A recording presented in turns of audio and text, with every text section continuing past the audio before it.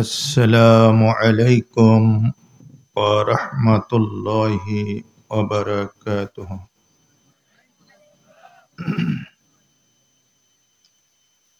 إن الحمد لله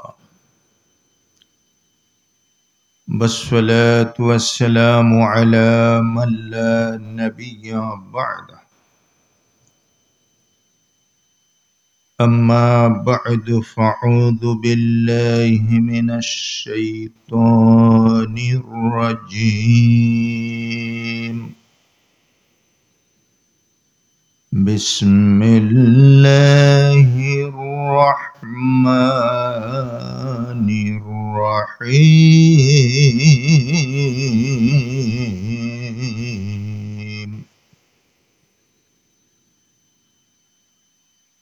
ولا تنكحوا ما نكح آباؤكم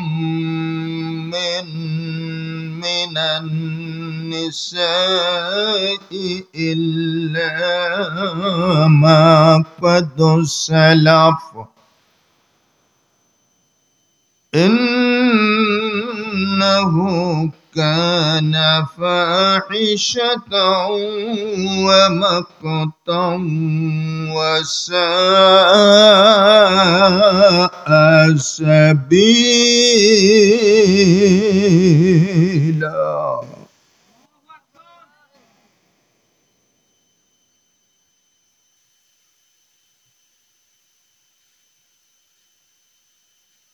وعن سعد بن أبي وقاص رضي الله عنه قال قال رسول الله صلى الله عليه وسلم: أربع من السعادات: والمسكن الواسع والجار الصالح والمركب الحنين والمرأة الصالحة إلى آخر الحديث.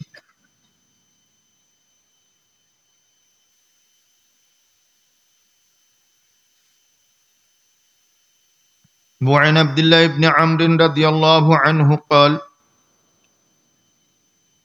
أن رسول الله صلى الله عليه وسلم قال: الدنيا كلها متاع وخير متاع الدنيا المرأة الصالحة. رواه البخاري ومسلم. ওরে মুসলিম যুবক বাহিনী, ওরে শিথিল গতি মন্ত্রমুগ্ধ সুপ্ত ফণির জালারে মনির জ্যোতি। আনফিরে তোরা এই নবযুগে, তোদের হারানো প্রাণ কর আপনারে যুগ মহিমায় মহিয়ান গরিয়ান। তোদের লাগিয়া করে ফরিয়াদ বিশ্বের মজলুম, নূতন যুগের জাগরে হাতেম টুটিয়াওয়ালা সুঘুম। গোলাপ কুঞ্জে কাঁদে বুলবুলি, জাগরে হাফেজ সাদিব, জাগরে উমার, জাগর মিজামি জামানার নওহাদি। যুগ মহিমার তাজ শিরে দিয়ে ওঠো জেগে শাহজাহান।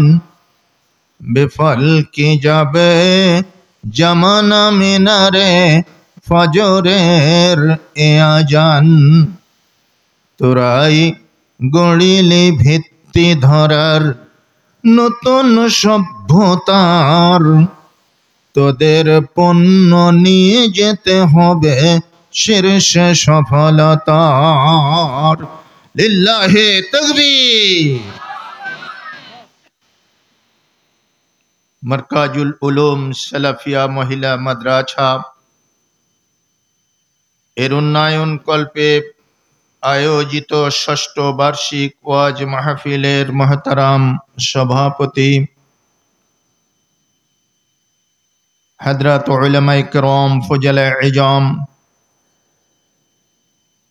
सम्मानित संचालक, आमार सम्मुखे उपविष्ट अत्र एलाकार दिन दरदी मुस्लिम भ्रातृमंडली, पर्दार अंतराले सहज सरला मा ओ भग्निगण, प्रशंसा आल्लाह रब्बुल आलामीनेर जन्य जार ऐकान्तिक अनुग्रहेर बदौलते आजकेर एई सुंदर घन मुहूर्ते आरामेर बिछानाके परित्याग करे शीतेर तीव्रता उपेक्षा करे पवित्र कुरान एवं सुन्नाहर आलोचना शोनार जन्य आमरा एई सुंदर चादोयार नीचे समवेत होते पेरेछि। शुक्रिया तान पाठ करि आलहामदुलिल्लाह। अतःपर दरूद सालात बर्षित होक से आकाए नामदार ताजदार मदीना बुलबुल मदीना मुफख्खर मौजूदात साहिबुल किबलतैन व हिजरतैन जातिर कौस्तुक मणि आरबेर शिरोमणि मानवेर माथार मणि आमिनार दुलाल सन्धिर স্থপয়িতা मजलूम मानुषेर बंधु कामतेर कांडारी हिदायतेर दीप्त नकीब महाविप्लवेर महानायक जनाबे मुहम्मदुर रसूलुल्लाह सल्लल्लाहु अलैहि वसल्लमेर ऊपर जार मतो कोनो मानव अद्यावधि पृथिवीर माटिते आगमन करेन नाई एवं जार मतो कोनो मानव कियामत उषार उदयकाल पर्यन्त विश्व धरित्रीर माझखाने आगमन करबेन ना সেই মানবতার মুক্তির দূত সর্বশেষ ও চূড়ান্ত রাসূল জনাবে মুহাম্মদুর রাসূলুল্লাহ সাল্লাল্লাহু আলাইহি ওয়াসাল্লামের উপরে কিয়ামত দিবস পর্যন্ত শান্তি অবতীর্ণ হোক। সবাই বলি আমিন। অতঃপর আজকের আলোচনার বিষয়বস্তু হচ্ছে নারী উন্নয়নে ইসলামের বৈপ্লবিক পদক্ষেপ। আমরা জানি পৃথিবীর অর্ধেকটা জনগোষ্ঠী প্রায় নারী আর অর্ধেকটা জনগোষ্ঠী পুরুষ। নারীকে বাদ দিয়ে পুরুষের কল্পনা করা যায় না, পুরুষকে বাদ দিয়ে নারীর অস্তিত্ব কল্পনা করা যায় না। একে অপরে অঙ্গাঙ্গী ভাবে জড়িত, যেটা মহান রব্বে করিমের ফয়সালা অনুযায়ী আমাদের আদি পিতা এবং আদি মাতা आदम एवं हावार संमिश्रणे तादेर दुजनेर संयुक्त पदक्षेपे पृथिवीते मानव जातिर आबाद हয়েছে। आल्लाह पाक तादेरके स्वामी स्त्री हिसाबे साब्यस्त करे दिए सेई विधान अनुयायी कियामत पर्यन्त এই सिस्टेम चालू रेखे नारी एवं पुरुषेर माध्यमे पृथिवीते मानव सम्पदेर आबाद जारी रेखेछेन। सबाई बोली आलहामदुलिल्लाह। अल्लाह रब्बुल आलामीन नारीदेरके सृष्टि करेछेन कोमलमती करे, नारीदेरके सृष्टि करेछेन गृहकर्त्री हिसाबे, दिवसे दिएछे शक्ति साहस, निशीते हয়েছে বধূ, पुरुष এসেছে পিপাসা নিয়ে, নারী যোগায়েছে মধু। কবি নজরুল বলেছেন সুন্দর করে, বিশ্বে যে কিছু মহান সৃষ্টি চিরকল্যাণকর, অর্ধেক তার আনিয়েছে নারী অর্ধেক তার নর। বিশ্বে যা কিছু ফুটিয়াছে ফুল, ফলিয়াছে যত ফল, নারী দিল তাতে রূপরস মধু, গন্ধ সুনির্মল। আল্লাহ রাব্বুল আলামিন পৃথিবীর প্রথম মানুষটার সঙ্গিনী করে দিলেন একজন নারীকে, আর সেই সিস্টেম অনুযায়ী কিয়ামত পর্যন্ত नारी और पुरुषेर सम्मिलित जीवन व्यवस्था स्वामी स्त्री परिचये तारा एके अपरके भालोबेसे एकटी संसार जीवन एकटी दाम्पत्य जीवन लिंगारिंग करबे, जेई जीवनेर फले तादेर गृहे सन्तान सन्तति आसबे एवं पृथिवीटा आबाद हबे। এই অর্থে নারীকে বলা যেতে পারে সন্তান উৎপাদনের ফ্যাক্টরি। সন্তান উৎপাদনের ফ্যাক্টরি কে? নারী, মা। এজন্য একটা প্রবাদ আছে বাংলাদেশে, মা ভালো তার কি ভালো? কি ভালো বলেন? মা ভালো সন্তান ভালো না, মিলায়ে বলেন না, মা ভালো তার সা ভালো। মা আর সা, ছা মানে হলো সন্তান। মা যদি ভালো হয় সন্তান ভালো হবেই। এজন্য ইসলাম ভালো মা তৈরি করার ব্যবস্থাপত্র প্রদান করেছে, আর সে ব্যবস্থাপত্র হলো ঐশী ব্যবস্থা। এমন একটা দিন ছিল যেদিন নারীর কোনো মর্যাদা ছিল না, নারীর কোনো এখতিয়ার ছিল না, সমাজে নারীর কোনো অবস্থান ছিল না। নারী ছিল ব্যবহারের সামগ্রী, নারী ছিল তুচ্ছ। নারীকে পুরুষরা যেভাবে ইচ্ছা সেভাবেই ব্যবহার করত, এবং সে পুরুষ স্বামী হোক বা তার সন্তান হোক বা পিতা ভাই যে কেউ হোক, নারীকে সবসময়ই অবহেলিতা করে রেখেছে, নারীকে সবসময় নিষ্পেষিতা নির্যাতিতা করে রেখেছে, যেটা ইসলাম এসে সেই অবস্থার উত্তরণ ঘটিয়েছে।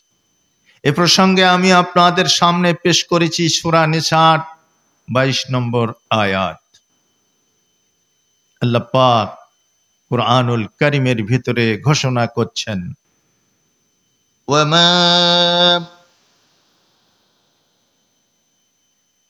ولا تنكحوا ما نكح آباؤكم من النساء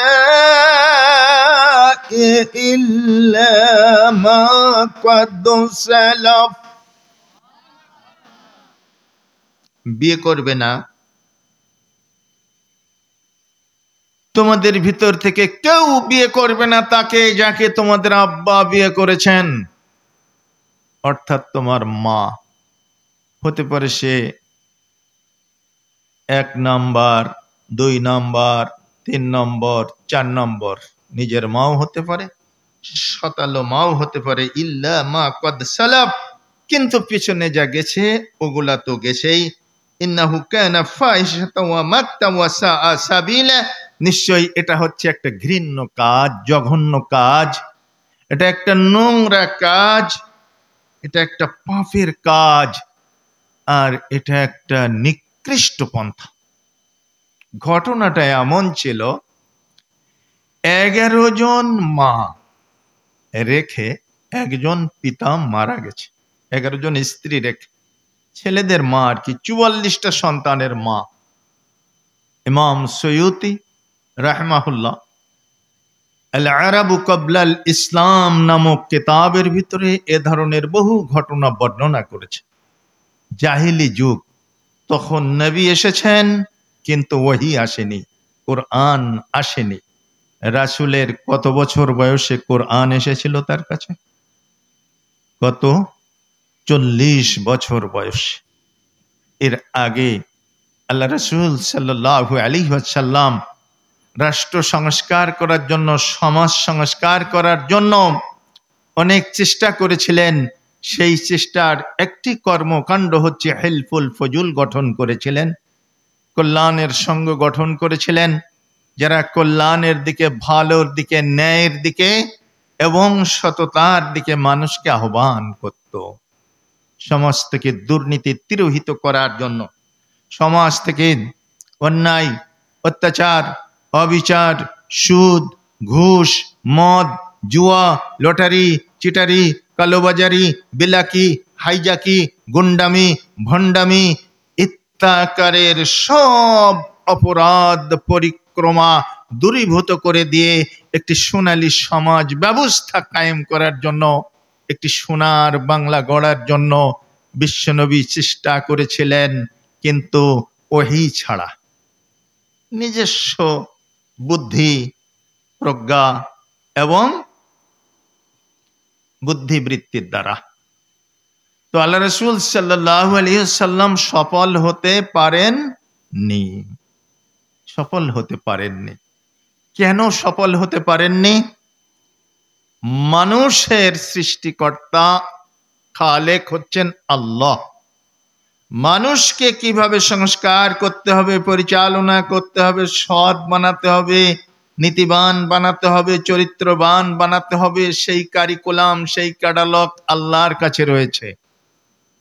অন্য কোনো মানুষের কাছে সেটা নাই। মানুষের সৃষ্টিকর্তা ভালো করেই জানেন। এই মাইক যিনি তৈরি করেছেন তিনি ভালো করেই জানেন মাইকটা কিভাবে জুড়তে হবে, মাইকটা কিভাবে পরিচালনা করতে হবে।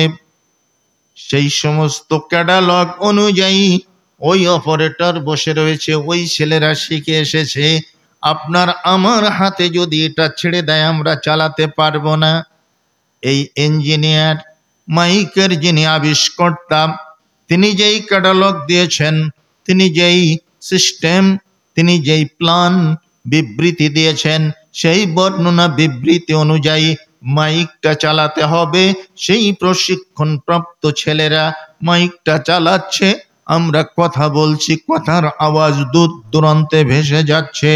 বন্ধুরা আমার, আল্লাহ রাব্বুল আলামিন মানুষের খালিক, মানুষের তিনি মালিক, মানুষের সৃষ্টিকর্তা, মানুষকে তিনি বানিয়েছেন। অতএব তিনি ভালো করে জানেন মানুষকে কিভাবে সুন্দরভাবে পরিচালনা করা যাবে। মানুষের খালেক কে? মানুষের সৃষ্টিকর্তা কে? কেন বানর না? আপনাদের এদিকে কি সিলেবাসে আসেনি যে বানর থেকে মানুষ হয়েছে, মানুষের সৃষ্টিকর্তা কেউ নেই? এদিকে মনে হয় এই সিলেবাস আসেনি না? আসছিল? আচ্ছা, আমার কাছ থেকে একটা পরীক্ষা নেন। বিগত 200-500 বছর আগের থেকেই আমরা সুন্দরবনের উপকণ্ঠে বাস করি। সুন্দরবনের বানর, কুমির, বাঘ, ভাল্লুক ইত্যাকারের হিংস্র প্রাণীদের সাথে আমাদের খুব সখ্যতা রয়েছে। আমরা তারা পাশাপাশি বাস করি। তো আমার পূর্বপুরুষ, আমি 5 জনের নাম জানি। আমার আব্বা, দাদা, দাদার আব্বা, তার আব্বা,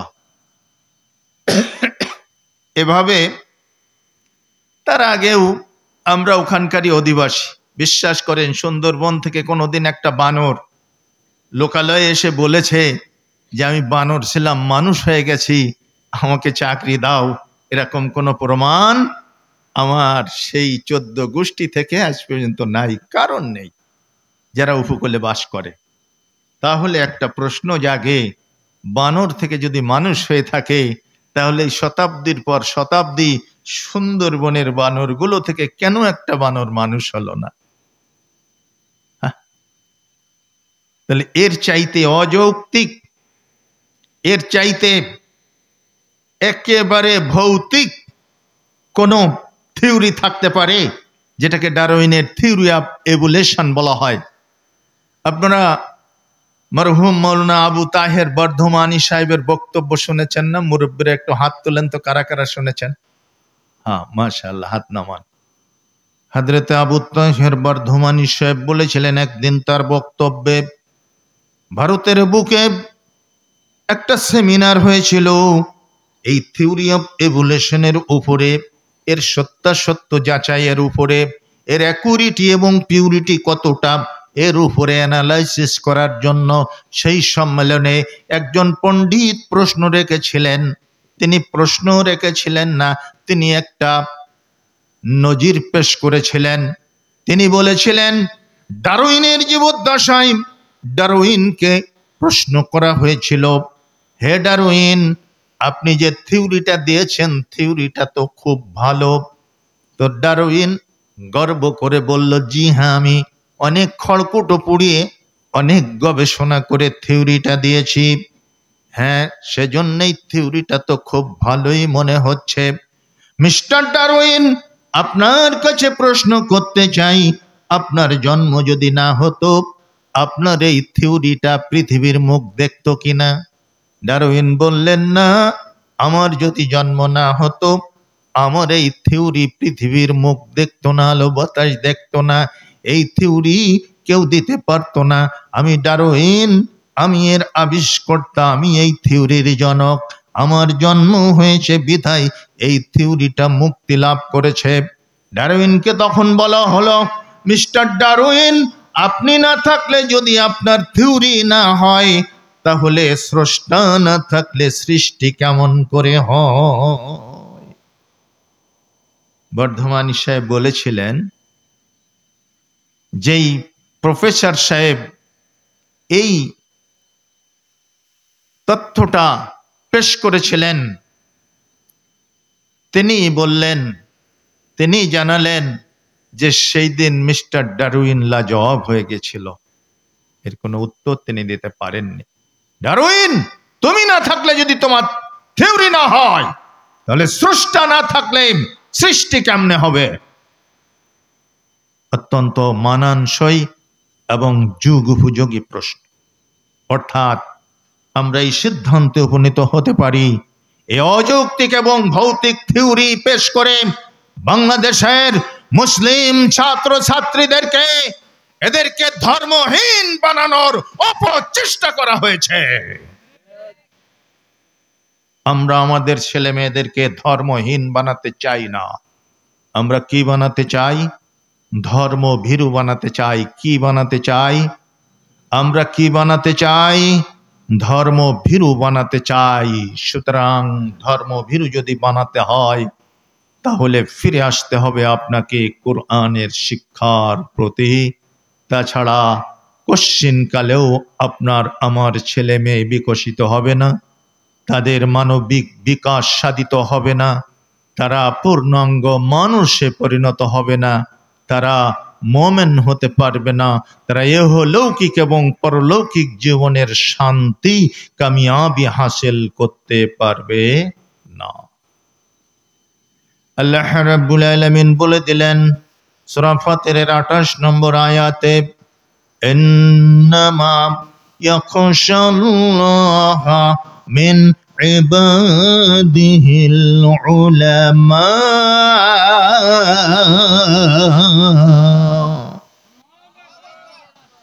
নিশ্চয়ই আলেমরা আল্লাহকে ভয় করে। যারা আলেম, যারা জ্ঞানী, তারা আল্লাহ পাককে ভয় করে। এজন্য মেয়েদেরকে জ্ঞানী বানাতে হবে, কোরআনের জ্ঞানের আলোকে তাদেরকে আলোকিত করতে হবে।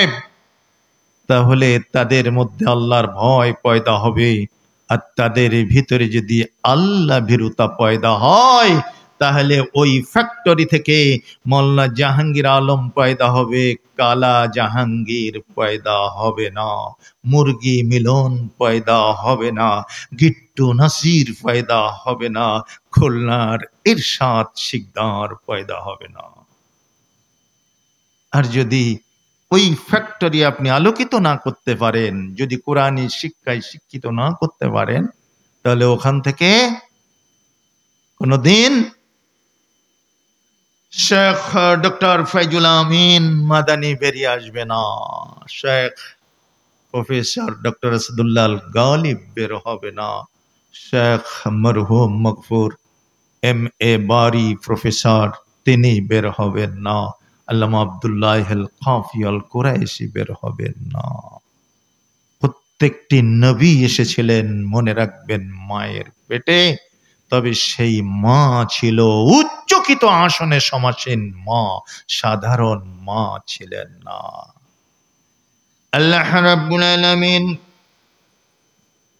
কোরআন নাজিল করলেন মেয়েদের সম্মান বাড়িয়ে দেওয়ার জন্য।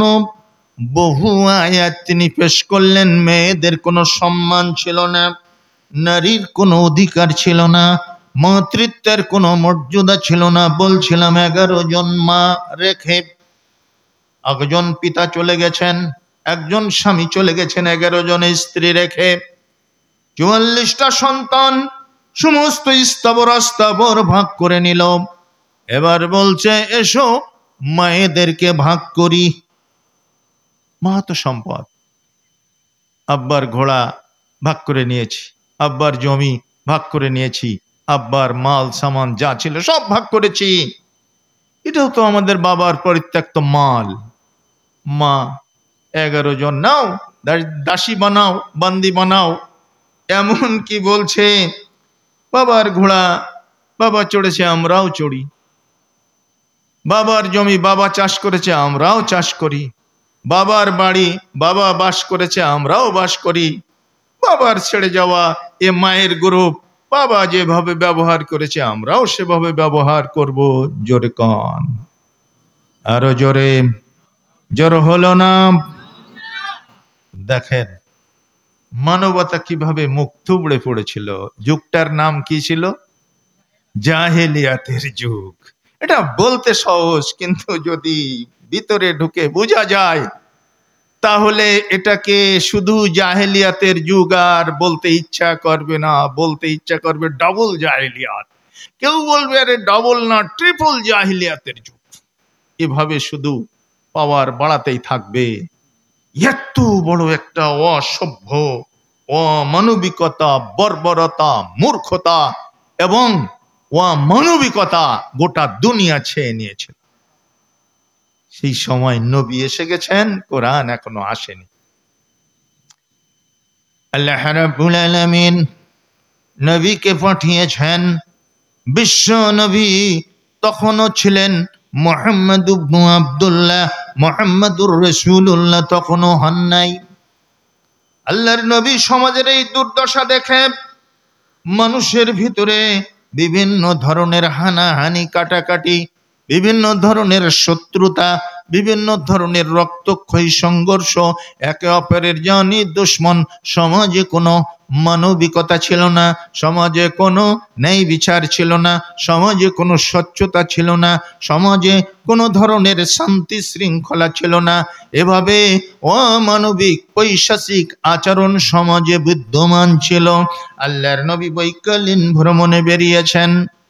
মুহাম্মদ ইবনে আব্দুল্লাহ বিকাল বেলা বেরিয়েছেন। হঠাৎ করে ওই মহল্লার ভিতর থেকে 11 জন মায়ের কান্না শুনতে পেলেন। নবীজি এগিয়ে গেলেন, কি হয়েছে এই বাড়িতে? বাবা মুহাম্মদ ইবনে আব্দুল্লাহ, তুমি এসেছো বাবা, তুমি তো সাদিকুল আমিন, তুমি তো অত্যন্ত সভ্য মানুষ, শরীফ মানুষ, ভদ্র মানুষ। এসো, এই দেখো আমাদের ছেলেরা আমাদের সম্পর্কে কি প্রস্তাব করতেছে, কত বড় কুপ্রস্তাব আমাদের সম্পর্কে দিচ্ছে।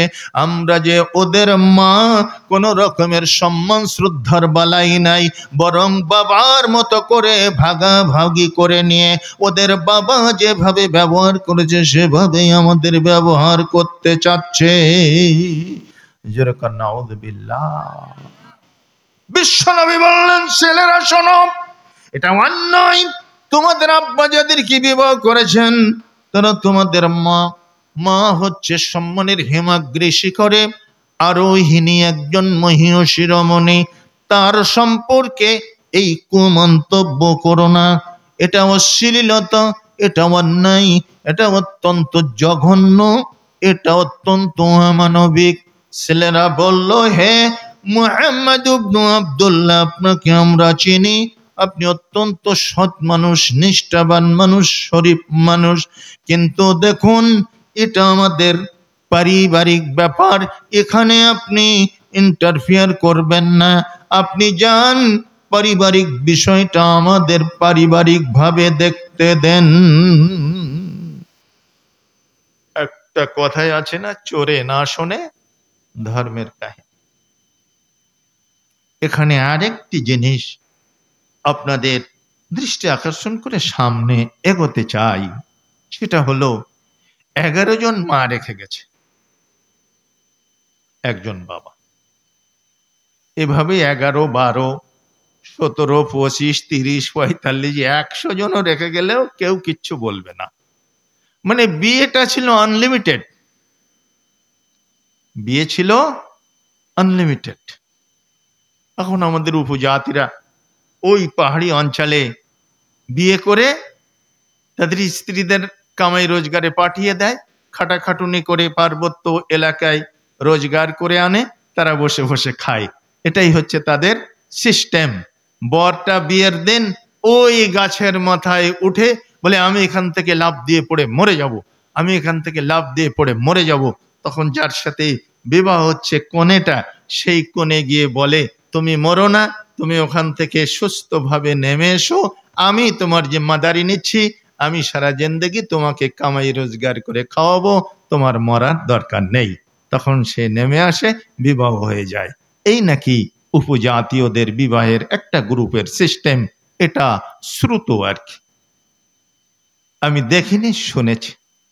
তো এভাবে যদি মনে করেন 10টা বিয়ে করা যায়, তাহলে সে তো শাহেনশাহ।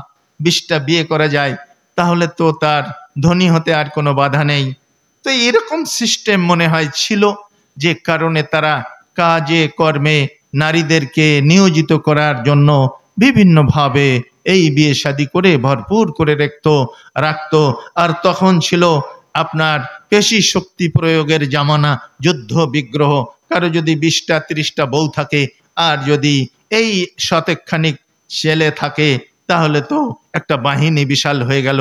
আর একটা গোত্রের সাথে লড়াই করতে সহজ হলো। সেই গোত্রকে পরাভূত করে যদি তাদের মাল সম্পদ লুণ্ঠন করা যায়, তাহলে সে হিরো হয়ে গেল।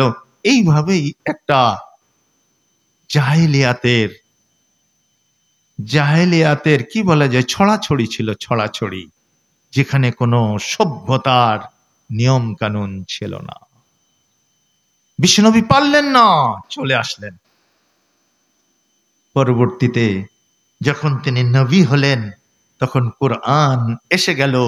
এই কোরআন এসে যে সমস্ত নারীবাদী লেখকরা আজকে বাংলাদেশে কিংবা বহির্বিশ্বে ইসলামের একাধিক বিবাহ সম্পর্কে বিশ্বনবী মুহাম্মদ সাল্লাল্লাহু আলাইহি ওয়াসাল্লামের নির্মল চরিত্রে কলুষ কালিমা লেপন করতে চেয়েছে, তাদের চোখে আঙ্গুল দিয়ে আমরা বলতে চাই, ইসলাম একাধিক বিবাহের প্রচলন করে নাই।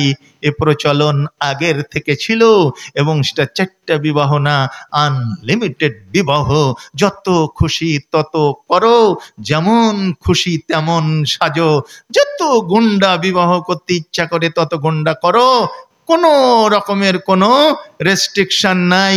ইসলাম এসে 4টায় সীমাবদ্ধ করে দিয়েছিল। ইসলাম 4টা বিবাহের প্রচলন করেনি। ভুল, তত্ত্ব ভুল। আমাদের আপা তসলিমা নাসরিন আগেই ভারতে গিয়েছিলেন, পরে বড় আপা চলে গেলেন, কারণ ভারত হচ্ছে অভয় অরণ্য। অথচ ভারত তোমাকে পিছনের ইতিহাস ঘেটে দেখার জন্য অনুরোধ করব। বিশ্বনবী মুহাম্মদ সাল্লাল্লাহু আলাইহি ওয়াসাল্লাম, যাকে আল্লাহ রাব্বুল আলামিন বলে দিলেন, লাকাদ কানা লাকুম ফি রাসূলিল্লাহি উসওয়াতুন হাসানা, যার মধ্যে গোটা বিশ্ববাসীর জন্য, গোটা মানব জাতির জন্য রয়েছে উত্তম আদর্শের নিদর্শন। সেই নবীর আদর্শকে তোমরা ধার নিয়ে তোমরা তোমাদের নারী জাতির ইজ্জতের নিরাপত্তা বিধান করেছ।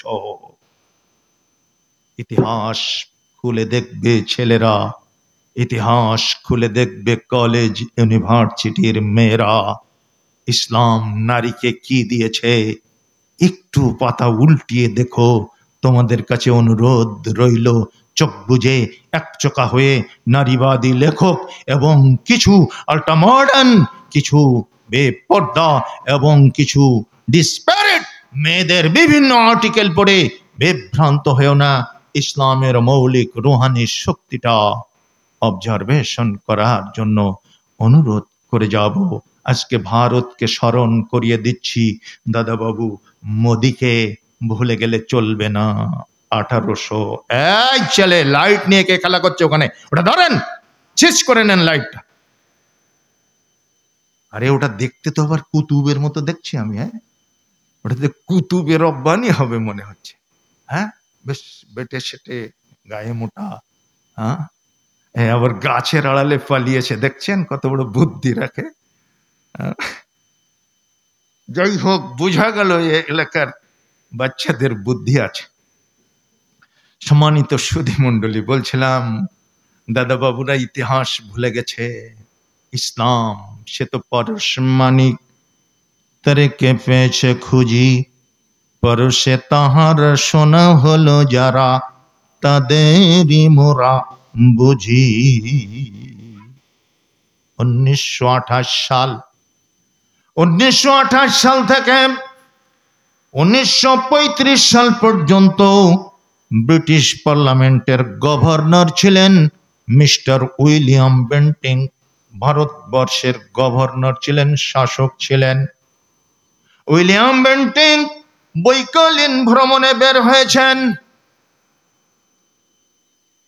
গঙ্গার তীরবর্তী এলাকা দিয়ে ভ্রমণ করতেছেন। সঙ্গে এসএসএফ গার্ড রয়েছে, স্পেশাল সিকিউরিটি গার্ড। উইলিয়াম বেন্টিংকে গার্ড দিয়ে নিয়ে যাচ্ছেন। গঙ্গার ধারে তিনি প্রবাহমান সমীরণ উপভোগ করতেছেন আর ঘুরে বেড়াচ্ছেন। হঠাৎ করে দেখতে পেলেন একটা চিতা দাউ দাউ করে জ্বলতেছে। বন্যমান চিতা গোচরীভূত হলো। তিনি দেখছেন চিতা জ্বলছে, দমদম করে বাড়ি মারতেছে সেই দাউ দাউ অনলের উপরে। সেই অগ্নিশিখা যখন উঁচু হয়ে যাচ্ছে, ওটাকে আবার স্তব্ধ করার জন্য বাড়ি মেরে প্রশমিত করছে। এরপরে দেখা গেল কয়েকজন ব্রাহ্মণ, তারা এই গলায় হরিনামের মালা, গায়ে গেরুয়া বসন, পায়ে নাগরা জুতা, এরা সব টানতে টানতে একটা 18 থেকে 20 বছরের পূর্ণাঙ্গ যুবতীকে টেনে হিসড়ে নিয়ে আসতেছে। আর মেয়েটা বলতেছে, আমি যাব না, আমি যাব না, আমি মরব না, আমি বাঁচতে চাই, আমি বাঁচতে চাই, মরিতে চাই না কেহ এই সুন্দর ভুবনে। মেয়েটা বলছে, আমাকে বাঁচাও, কে আছে বাঁচাও। আর ব্রাহ্মণরা বলছে, হেই বেঁচে কি করবি, যা স্বর্গে যা। স্বামীর বন্যমান চিতায় যদি আত্মাহুতি দিতে পারিস, তোর স্বর্গবাস হয়ে যাবে, তুই স্বর্গে যাবি। আর মেয়েটা বলছে, আমার স্বর্গ দরকার নেই ঠাকুর, তোমরা যাও, আমাকে ছেড়ে দাও।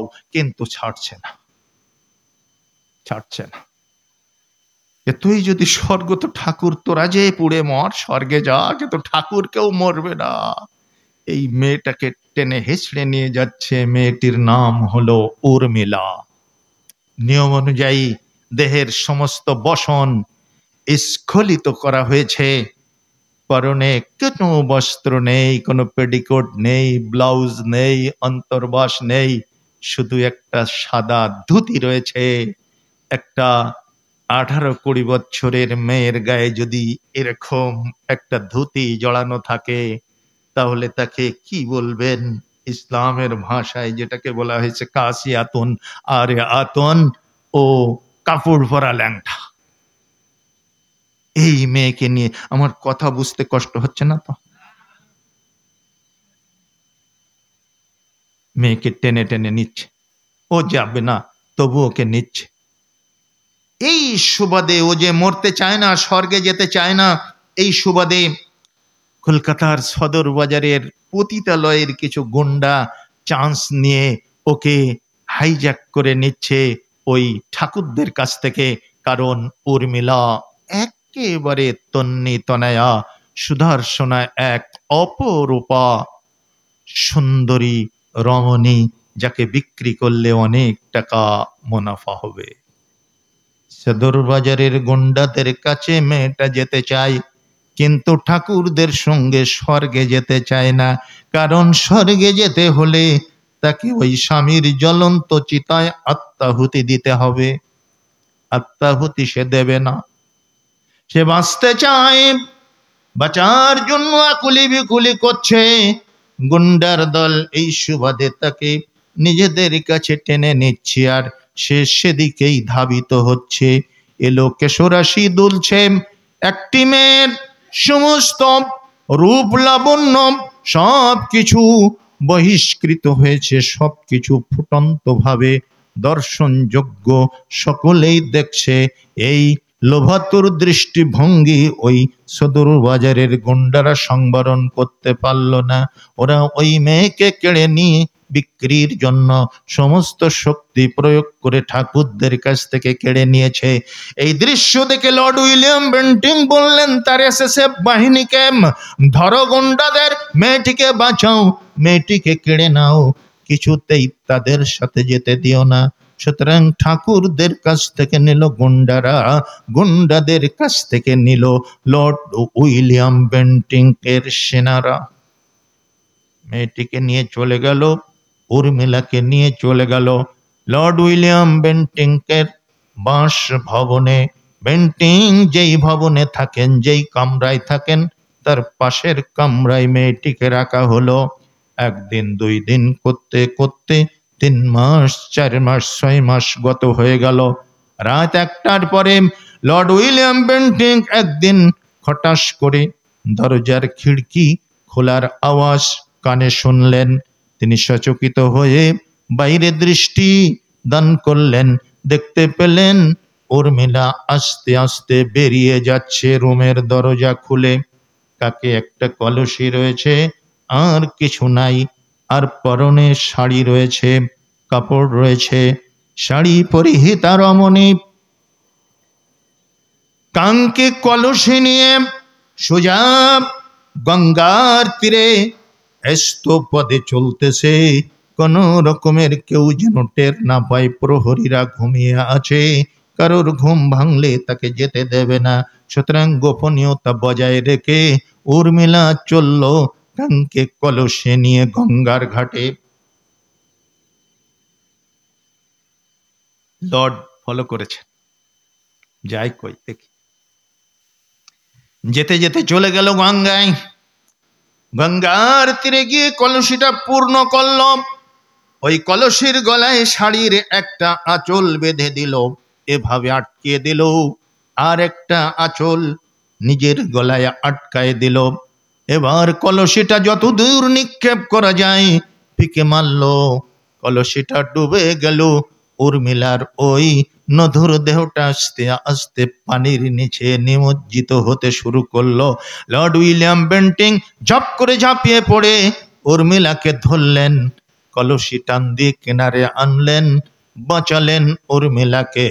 উর্মিলা আবেদন করে বলে, হে লর্ড, আমি বাঁচতে চাই না, আমাকে মরতে দিন, আমি এই জীবন আর রাখতে চাই না।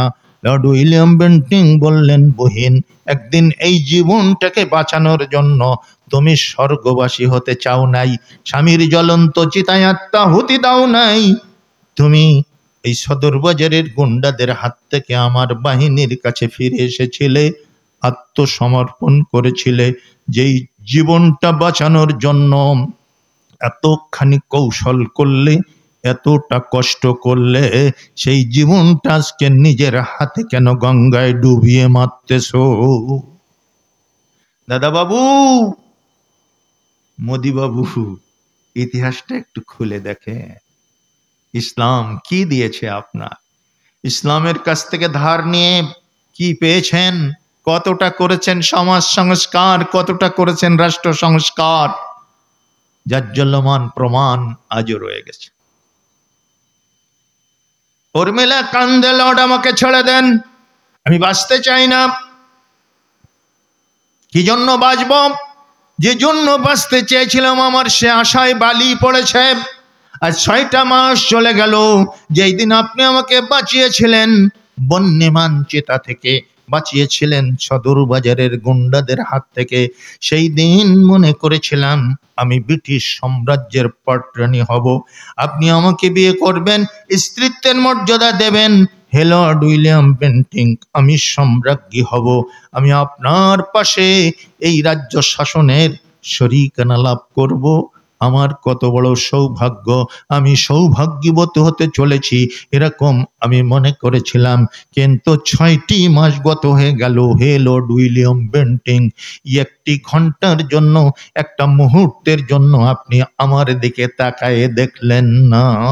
আমি হতভাগিনী থাকলাম না গেলাম, মরলাম না বাঁচলাম, কোনো কিছু আপনার আসে যায় না। আপনি আপনার কাজ নিয়ে ব্যস্ত, আমি আমার ঘরে সব কিছু পেয়েছি, সুখের সামগ্রী, কিন্তু আমি উর্মিলা দেখলাম এই সামগ্রী আমার জীবনের জন্য কাটা। সুতরাং এই কণ্টকময় জীবনকে নিঃশেষ করার জন্য গঙ্গার জলে ঝাঁপাতে চলেছি, আমাকে মুক্ত করে দিন, আমি মরতে চাই। লর্ড উইলিয়াম বেন্টিং বললেন, বহেন, সাবধান, ধরনের মন্তব্য তুমি করো না। তোমার একার সুখের চিন্তা যদি আমি করতাম, তোমাকে বিয়ে করে আমি তোমাকে স্ত্রীত্বের মর্যাদা দিয়ে তোমাকে সুখের বন্যায় ভাসিয়ে দিতে পারতাম। কিন্তু বহিন, আমি তোমাকে বাঁচাতে শুধু চাই না, তোমাকে সুখী করতে চাই না, আমি ভারতবর্ষের লক্ষ লক্ষ উর্মিলাকে বাঁচাতে চাই। তার মানে হলো আগামী পার্লামেন্টে, ব্রিটিশ সাম্রাজ্যের পার্লামেন্ট যখন বসবে, সংসদ যখন বসবে, আমি তোমাকে উপস্থিত করে সেখান থেকে আইন পাশ করাতে চাই, ভারতবর্ষে আর কোনোদিন এই সতীদাহ প্রথা চলবে না। স্বামীর জ্বলন্ত চিতায় স্ত্রীকে আত্মাহুতি দিতে হবে, এই পৈশাচিক আইন চিরদিনের জন্য বন্ধ করে দিয়ে অসংখ্য উর্মিলার জীবন আমি বাঁচাতে চাই। তুমি কি চাও এবার বলো? এবার উর্মিলা বলছে, লর্ড উইলিয়াম বেন্টিং, আমাকে ক্ষমা করবেন, আমি আপনাকে ভুল বুঝেছিলাম। এটাই যদি আপনার অভিপ্রায় হয়ে থাকে, আমার দরকার নেই আজকে আপনার অঙ্ক সাইনি হয়ে আপনার সুখের ভাগী নিয়ে আমি সম্রাজ্ঞী বনতে চাই না। আমি চাই লক্ষ উর্মিলার জীবন স্বাধীন হোক, মুক্ত হোক, এই অভিশপ্ত নীতি, এই সতীদাহ প্রথার উচ্ছেদ হোক। বাংলার আকাশে বাতাসে যেন কোনোদিন আর বিধবার এই আর্তনাদ অনুরণিত না হয়, কোনোদিন যেন স্বামীর বন্যমান চিতায় স্ত্রীকে, জীবন্ত স্ত্রীকে আত্মাহুতি দিয়ে মরতে না হয়। চলো তাহলে রওনা হয়ে যাই আমরা লন্ডন, আমরা যাই ব্রিটিশে, আমরা যাই গ্রেট ব্রিটেনে। উর্মিলাকে নিয়ে সেই দিন 1938 সালে রওনা হয়েছিলেন লর্ড উইলিয়াম বেন্টিং ব্রিটিশ পার্লামেন্টে।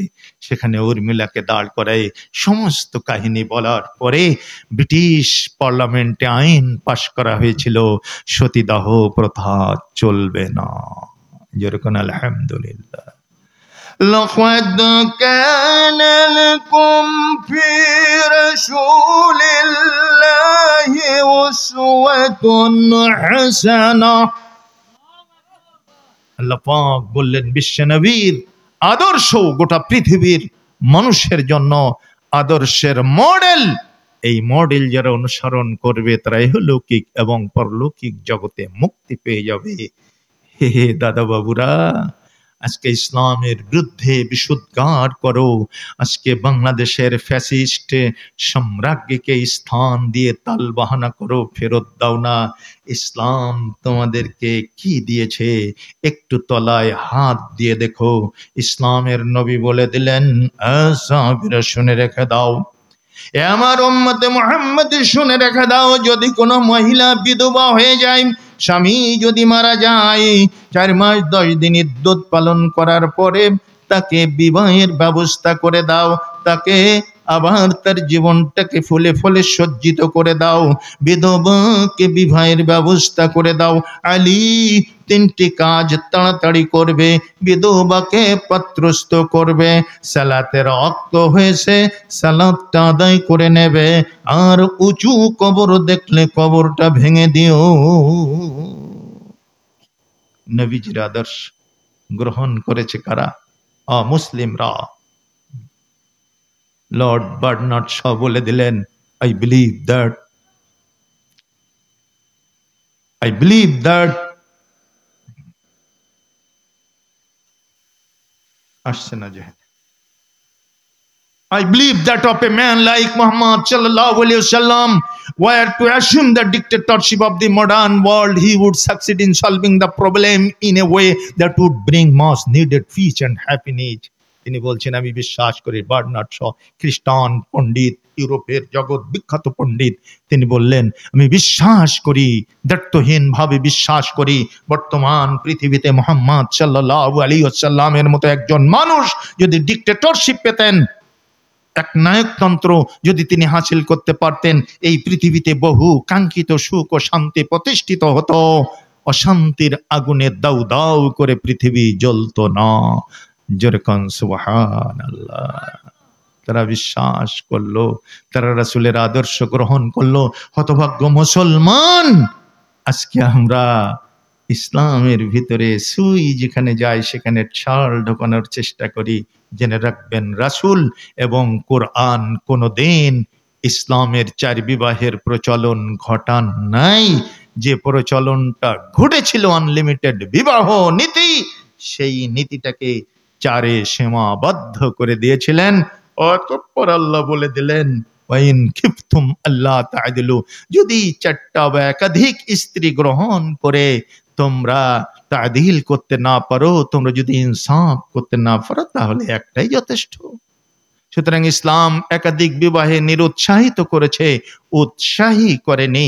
জীবনের প্রয়োজনে যদি কারোর প্রয়োজন হয় সে করতে পারে, অপশন রেখেছে, জায়েজ রেখেছে। আল্লাহ রাব্বুল আলামিন, চলুন সেখানে চলে যাই। ওই যে মায়েরা কাঁদতেছে, আল্লাহ রাসূল কিছু করতে পারলেন না। তখন তিনি ছিলেন মুহাম্মদ ইবনে আব্দুল্লাহ, আজকে মুহাম্মদ রাসূলুল্লাহ হয়েছেন। মক্কায় অনেক নির্যাতনের পরে মদিনায় চলে গেছেন। মদিনায় স্বচ্ছন্দপূর্ণ জীবন ফিরে পেয়েছেন। ইসলাম একেবারে অবলীলাক্রমে বাধা বিপত্তি আসতেছে, সব বাধা দূরীভূত হচ্ছে। ইসলামের গতি এগিয়ে যাচ্ছে দুরন্ত দুর্বার গতিতে। ইসলাম পরিব্যাপ্ত হয়ে পড়তেছে সারা পৃথিবীর বিভিন্ন কোনায় কোনায়। ইসলামী সাম্রাজ্যের পরিব্যাপ্তি ছড়িয়ে পড়তেছে। কোরআনের আয়াত নাজিল হচ্ছে। মদিনার জীবনে একটি সূরা নাজিল হলো, সেই সূরাটির নাম সূরা নেছা, নারীর সূরা, মহিলা সূরা। এই মহিলা সূরার 22 নম্বর আয়াতে আল্লাহ পাক সমাধান দিয়ে দিলেন, নবী, যেই দিন তুমি মরুচারী যুবকদের মাঝখানে তাদের মায়েদের সম্মান রক্ষা করতে ব্যর্থ হয়েছিলে, সেই মায়েদের সম্পর্কে আমি ফরমান জারি করে দিলাম, ওয়ালা তানকিহু মা নাকাহা আবাউকুম মিনান নিসা,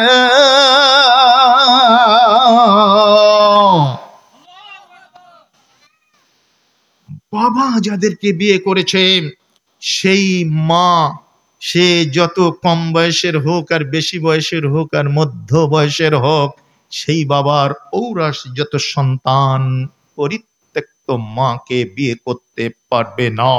আজীবন মা জ্ঞানের সম্মান করে তাকে সম্মানের হিমগ্রী শিখরে আরোহণ করিয়ে তার সম্পর্কে শ্রদ্ধার সাথে আচরণ করবে, তার সাথে কখনোই অশ্রদ্ধাপূর্ণ আচরণ করতে পারবে না। আল্লাহ রাব্বুল আলামিনের নবী এবার ফরমান জারি করে দিলেন, সাবধান হয়ে গেল সমস্ত আরব জাতি। আজকে আর এপাশ ওপাশ করার কারণ নাই, ইসলাম যা বলেছে তাই করতে হবে। নারীর সম্মান বাড়িয়ে দিল। এজন্যই হে নারী, ইসলামকে অবহেলা করার কোনো সুযোগ নাই। ইসলামের শিক্ষায় যদি তুমি শিক্ষিত হও, তোমার মর্যাদা বেড়ে যাবে, তোমার সম্মান বেড়ে যাবে, তোমার গৌরব বেড়ে যাবে, তোমার কদর বেড়ে যাবে, তোমার অবস্থানটা উচ্চকিত হবে। وعن كعب بن عجرة رضي الله تعالى عنه قال قال رسول الله صلى الله عليه وسلم احضروا المنبر فحضرنا فلما ارتقى درجة قال آمين فلما ارتقى درجة الثانية قال آمين فلما ارتقى درجة الثالثة قال آمين فلما نزل قلنا يا رسول الله لقد سمعنا منك اليوم شيئا ما كنا نسمعه قال إن جبريل عرج لي قال بعد من أدرك رمضان فلم يغفر له قلت آمين فلما رقيت درجة الثانية قال فلما رقيت الثالثة فلما رقيت الثانية قال بعد ما ذكرت عنده فلم يصلي عليك قلت آمين فلما رقيت الثالثة قال بعد من أدرك أبويه الكبر أو أحدهما فلم يدخله الجنة قلت آمين। দীর্ঘ হাদিস। কাব বিন হুজরা রাদিয়াল্লাহু তাআলা আনহু বলছে, দেখেন মা বাবা এদের মর্যাদা ইসলাম কতখানি বাড়িয়ে দিল।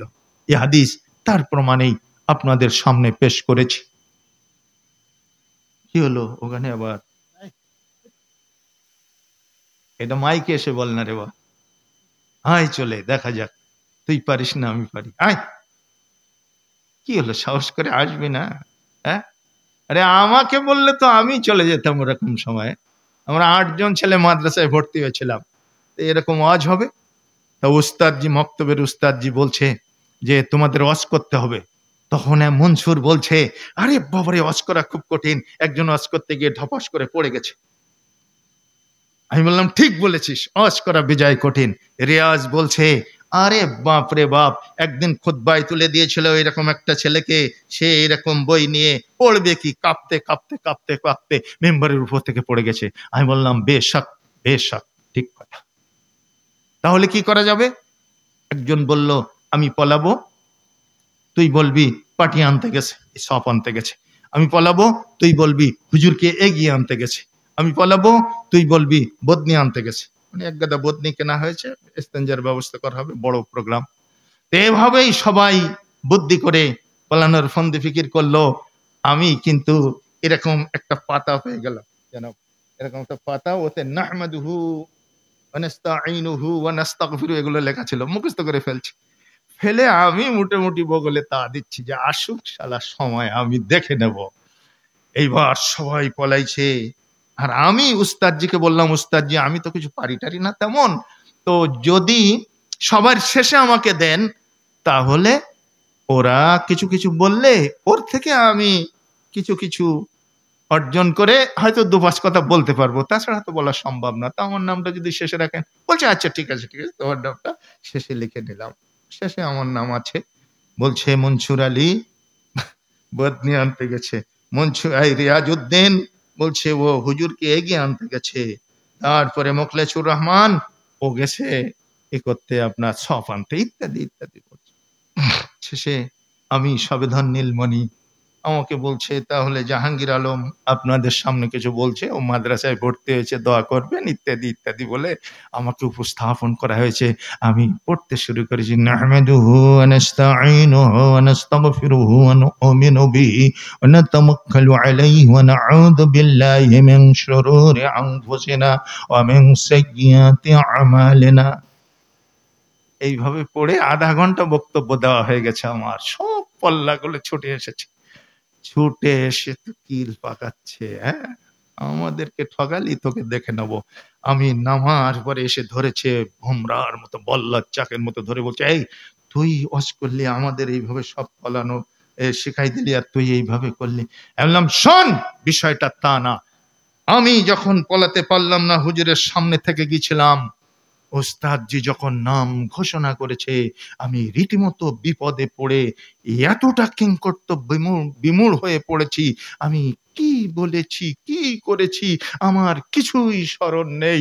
আমি যা করেছি সব অ্যাবনর্মাল ভাবে করেছি। কি আর বলবো, বুকে পানি নাই, আমি তো মরে গেছি। এই জন্য যা হয়েছে সব কাকতালীয় ভাবে হয়েছে, আমি কিচ্ছু খবর রাখি না। এর ভিতরে সেই 1974 সালের কথা, বঙ্গবন্ধু চলে যাওয়ার 1 বছর আগে, তখন 5 টাকা নোট, যারা মুরব্বীরা আছেন তারা চেনেন, আমাদের গ্রামের হাজী সাহেব আমাকে আবার 5 টাকা উপহার দিয়ে আমাকে ধন্য করে ফেলেছে। সেখান থেকেই আর কি স্টার্ট। আজকে তুই যদি আসতিস বেটা, তাহলে বুঝতাম যে আর একখান জাহাঙ্গীর আলম পয়দা হচ্ছে। তা তো সাহস করে আসতে পারলি না, যাক ভবিষ্যতে আসিস, আল্লাহ তৌফিক দিক। সম্মানিত সুধী মণ্ডলী, কাব বিন উজরা রাদিয়াল্লাহু তাআলা আনহু বলছেন, বিশ্বনবী খুতবা দিচ্ছিলেন, তিনি বললেন, উহুদুরুল মিম্বারা ফাহাদারনা, এ মিম্বারের দিকে এগিয়ে গিয়ে বসো, এগিয়ে গিয়ে বসো। আমাদের মুহতারাম উলামায়ে কেরাম যখন আপনাদেরকে এগিয়ে বসতে বলেন, আপনারা মনে করেন মনে হয় হুজুরের সুবিধার্থে হুজুর একটু ডেকে নিচ্ছে। জি না, আল্লাহ রাসূল সাল্লাল্লাহু আলাইহি ওয়াসাল্লাম যখন আলোচনা করতেন, দূরে দূরে থাকলে এগিয়ে বসতে বলতেন। এটা সুন্নাতে নববী, রাসূলের সুন্নাত। সুতরাং যদি কোনো খতিব কোনোদিন আপনাদেরকে এগিয়ে বসতে বলেন, বিন্দু মাত্র হেলা করবেন না, এগিয়ে এগিয়ে বসবেন। فلما ارتقى درجة قال আমিন। তিনি বক্তব্য দিলেন, যখন তিনি মিম্বারের প্রথম ধাপে অবস্থান করছিলেন, বক্তব্যের ফাঁকে আমিন বলে উঠলেন, আর তিনি স্টেপ পরিবর্তন করলেন, দ্বিতীয় ধাপে উঠে গেলেন। যখন বক্তব্য দিচ্ছিলেন হঠাৎ আমিন বলে উঠলেন এবং ধাপ পরিবর্তন করলেন, তৃতীয় ধাপে উঠে গেলেন।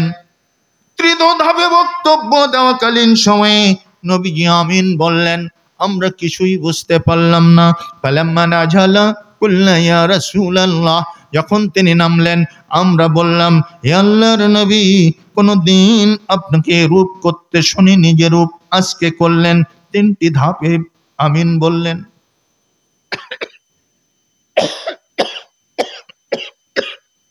ধাপ পরিবর্তন করলেন আর আমিন বললেন, এভাবে তো কোনোদিন দেখিনি। রাসূল সাল্লাল্লাহু আলাইহি ওয়াসাল্লাম বলছেন, দেখো আমি যখন প্রথম ধাপে বক্তব্য দিচ্ছিলাম, ফালাম্মা ইরতাকা দারাজাতান ফাইন্না জিবরিলা আরাজালি ক্বালা বাউদা মান আদরাকা রমাদানা ফালাম ইগফার লাহু কুলতু আমিন। বিশ্বনবী বলছেন, আমি প্রথম স্টেপে যখন বক্তব্য দিচ্ছিলাম হযরত জিবরিল আমিন আমার কাছে এসে গেলেন। অতঃপর জিবরিল আমিন বললেন, হে নবী, আপনার ওই সমস্ত উম্মতগুলো ধ্বংস হয়ে যাক, ওই সমস্ত উম্মতগুলো হালাক হয়ে যাক, বরবাদ হয়ে যাক, জাহান্নামে চলে যাক, যারা রমাজান আসলো অথচ নিজেদের গুনাহ খাতা মাফ করাতে পারলো না, নিজের গুনাহ নিজের ঘাড়েই রয়ে গেল। অতঃপর রমজান মাসটা চলে গেল। এভাবে যারা রমজানকে হেলায় খেলায় হারিয়ে ফেললো, যারা সিয়াম সাধনার মাধ্যমে, যারা রাত্রিতে কিয়াম করার মাধ্যমে নিজের গুনাহ খাতা মাফ করাতে পারলো না, নবী গো আপনার সেই উম্মতগুলো ধ্বংস হয়ে যাক। তখন আমি বলেছি আমিন। আল্লাহ আপনি কবুল করেন, জিবরিল যা বলছে এটা কবুল করে নেন। তো যেই দোয়া জিবরিল করছেন আর বিশ্বনবী আমিন বলছেন, সেই দোয়া আল্লাহর দরবারে কবুল হতে কি দেরি লাগবে? সময় লাগবে, সাথে সাথে কবুল হয়ে যাবে। সুতরাং সাবধান, আসতেছে না রমজান, সামনে রমজান আসতেছে না, মার্চের প্রথম দিকেই শুরু হয়ে যাবে ইনশাআল্লাহ। বিগত রমজানে কি করলাম না করলাম আল্লাহ তুমি জানো। মাবুদ আজকে নতুন করে প্রতিজ্ঞাবদ্ধ হলাম, আল্লাহ সামনের রমজানে যদি আমরা বেঁচে থাকি, অবশ্যই অবশ্যই রমজানকে সঠিকভাবে ব্যবহার করে নিজেদের জিন্দেগির গুনাহ খাতা মাফ করায় নেব। রাজি আছি কিনা? রাজি আছি কিনা? হাত তুলে দেখান, দু হাত উঁচু করে দেখান। লিল্লাহে তাকবীর, লিল্লাহে তাকবীর। আল্লাহ তোমার বান্দা বান্দীদেরকে আল্লাহ সামনের রমজান পর্যন্ত হায়াত বৃদ্ধি করে দাও এবং সেই রমজানে তুমি তাদেরকে সম্পূর্ণরূপে রেকটিফাইড হওয়ার তৌফিক দিয়ে দাও। সবাই বলি আমিন। রমজান সাংঘাতিক একটা মাস, আল্লাহ পাকের পক্ষ থেকে একটা বাহানা। আল্লাহ তার বান্দা বান্দীকে মাফ করার জন্য রমজান দিয়েছে। মান কামা ঈমানান ওয়া ইহতিসাবা গুফিরা লাহু মা তাকাদ্দামা মিন যামবিহি। আল্লাহর নবী বললেন, যারা কিয়াম করবে রমজানের রাত্রিতে। আপনারা কিয়াম করেন? কিয়াম করেন নাকি? কিয়াম করা বেদাত না? কিয়াম মানে কি? দাঁড়ানো। নামাজে দাঁড়ানোটা হচ্ছে সুন্নাহ, যিনি যত দাঁড়াবেন তত উত্তম কাজ হবে। আর মিলাদে দাঁড়ানো হচ্ছে কি কি সুন্নাত। আমাদের হুজুররা পিঠ বাঁচাতে গিয়ে বলে থাকে মুস্তাহাব। আমি জিজ্ঞেস করেছিলাম আমার উস্তাদজিকে, আমার উস্তাদজিরা পাঠালেন মাওলানা আবু তাহের বর্ধমানী, মাওলানা আব্দুল্লাহ ইবনু ফাজল আর হাফেজ আব্দুল্লাহ ইবনু কাজেম।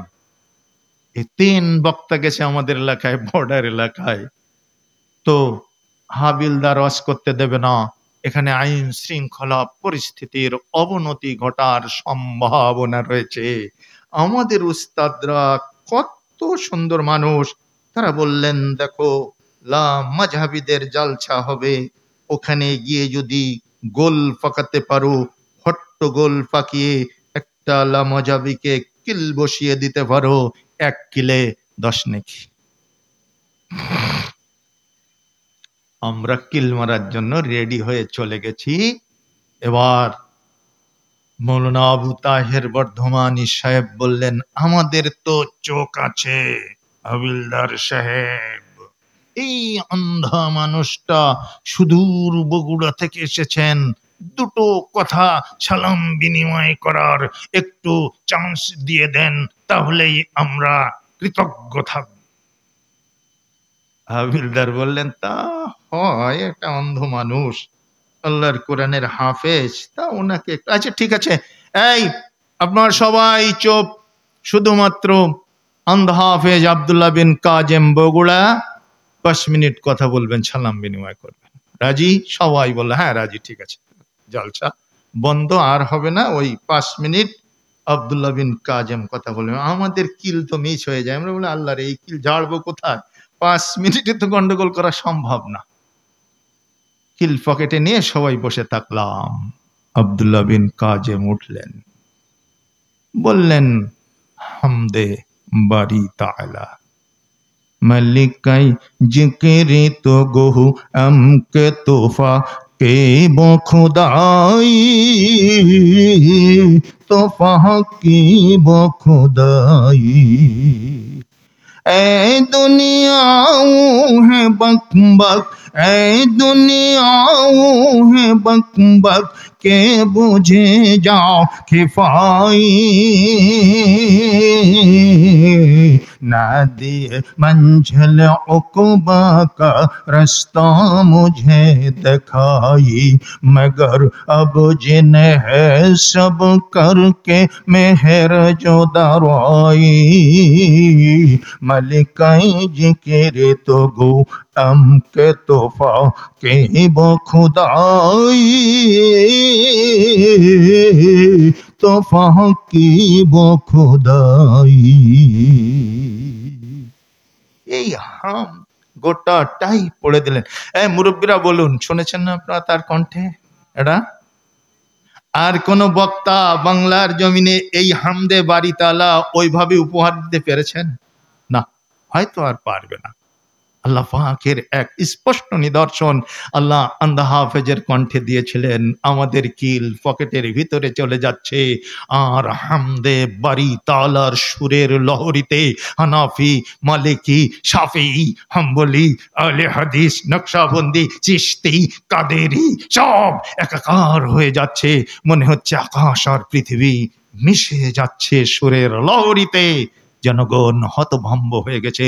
2 ঘন্টা ওয়াজ করার পরে আব্দুল্লাহ বিন কাজেম বলছেন, হাবিলদার সাহেব, আমি তো আন্ধা মানুষ, চোখে দেখি না, ঘড়ির কাঁটা কোথা থেকে কোথায় গেছে আমাকে একটু বলুন তো, 5 মিনিট কি হয়েছে?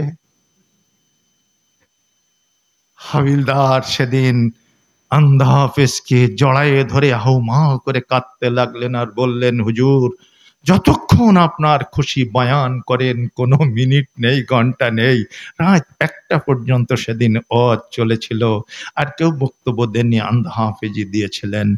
সম্মানিত সুধী মণ্ডলী, সেই লোক আমরা খ্যাম করতাম মিলাদে। নবীজির পিতা আব্দুল্লাহ, নবীজির মাতা আমিনা, নবীজির দুধমা হালিমা, নবীজির রওজা মদিনা, ইয়া নবী। ওই ওদের মতো থাকতেই আমি ভালো পেলে আর ছিলাম নাকি। আমার উস্তাদজিরা বলে তুই একটু কিয়াম বল, বয়াত বল। আমি বলতাম ওইভাবে জোশ ও খরুশের সাথে, ওই কিয়াম নয়, ও কিয়াম হচ্ছে বেদাত, জাহান্নামে যাওয়ার রাস্তা। আর কিয়াম হচ্ছে রাতের সালাতে, তারাবির সালাতে দাঁড়িয়ে যখন কেরাত পড়বে, দাঁড়িয়ে দাঁড়িয়ে যখন ইমাম সাহেব কেরাত পড়বে, কিংবা আপনি নিজে নিজে কিয়াম করবেন, দাঁড়ানো অবস্থার নাম হলো কিয়াম। এই কিয়াম যদি কেউ করতে পারে, বিশ্বনবী বলছেন রমজানের মাসে রাত্রিতে যদি কিয়াম করে, দিনের বেলায় যদি সিয়াম পালন করে, ওরে আমার উম্মতেরা, তোমাদের तमाम জিন্দেগীর গুনাহ খাতা আল্লাহ মাফ করে দিবেন। তবে কবিরা গুনাহ থেকে তওবা করে মাপ চাইতে হবে আল্লাহর কাছে। সগীরা গুলো অটোমেটিক মাফ হয়ে যাবে, কিন্তু কবিরা গুনাহ তওবা না করলে মাফ হবে না। শিরিক করা সবচেয়ে বড় কবিরা গুনাহ। রোল নম্বর 1 কার? শিরক, শিরকের গুনাহ। কবিরা গুনার মধ্যে রোল নম্বর 1 হচ্ছে শিরকের গুনাহ। শিরিক করা চলবে না, শিরিক করা চলবে না। আহলে হাদিসরা মাশাআল্লাহ কম করে, তারপরেও অনেকে করে ফেলে বুদ্ধির ভুলে, ইলম না থাকার কারণে। এই এই থাম থাম থাম, সন্ধ্যাবেলা ঝগড়া করিস না, একটু আল্লাহ রসুলের নাম কর, এখন ঝগড়া করিস না। খুব মুরব্বী মহিলা খুব মানে নীতি কথা শোনাতে গিয়ে যারা ঝগড়া করছে, ঝগড়াটে মহিলাদেরকে আশ্বস্ত করার জন্য, নিবৃত করার জন্য কত বড় সুন্দর উপদেশ দিল। এই গন্ডগোল করিস না, ঝগড়া করিস না, এই সন্ধ্যাবেলা হয়েছে, আল্লাহ রসুলের নাম কর। বলেন তো ঠিক করে, ঠিক বলেছে না বেঠিক বলেছে? বেঠিক কোন জায়গাটায়? আল্লাহর নাম করতে হবে কার? নাম করতে হবে কার? রাসূলের নাম করা যাবে? রাসূলের নাম করার জন্য রাসূল এসেছিলেন না, রাসূলের আদর্শ মানতে হবে। আদর্শ মানার জন্য রাসূল, আর নাম করতে হবে আল্লাহর। নবী মোর পরশমণি, নবী মোর সোনার খনি, নবী নাম জপে যে জন, সেই তদ জাহানের ধনী। চলবে? ও নামে তান ধরিয়া পাখি যায় গান করিয়া, ও নামে মজনু হলো, ও নামে মজনু হলো, মাওলায় আমার কাঁধের গনি, নবী মোর পরশমণি। কে গানটা লিখেছেন, গেয়েছেন? না, নজরুল গেয়েছেন হয়তো আব্দুল আলিম, কিন্তু লিখেছেন কে? কবি নজরুল, জাতীয় জাগরণের কবি, ইসলামী জাগরণের কবি, বিদ্রোহী কবি। আজকে যদি বেঁচে থাকতেন, আমরা পিস টিভির পক্ষ থেকে দাওয়াত নিয়ে গিয়ে বলতাম, স্যার আপনার এই লেখাটা সঠিক নয়, কিন্তু নেই, তিনি মারা গেছেন। কবি মানুষ তাওহীদ সম্পর্কে এতটা নিখুঁত বিশ্লেষণ করার মতো ইলম ছিল না, তাই আল্লাহর কাছে মোনাজাত করি, আল্লাহ তুমি তাকে ক্ষমা করে দিও। এই জন্য জাতির কাছে আমাদের মেসেজ আজকে অনেক সংশোধনী, অনেক সংশোধনী। নজরুল গীতিতে সংশোধনী, ইসলাম ইসলামী সঙ্গীতে সংশোধনী। মাত্র 2 সপ্তাহ আগে উত্তরবঙ্গের একটি প্রোগ্রামে আজকের যেমন আপনাদের মেয়েটি কেরাত বলল, যদিও এটা আপত্তিকর ছিল শরিয়াগত দিক থেকে, এভাবে মেয়েদেরকে মাইকের সামনে উপস্থাপন করাবেন না। আপনারা শিক্ষা দিবেন মাদ্রাসায়, আলোক ছড়াবে জীবনে, আলোক ছড়াবে সংসারে, আলোক ছড়াবে দেশে। মাইকের সামনে আসবে পুরুষরা, মহিলারা নয়।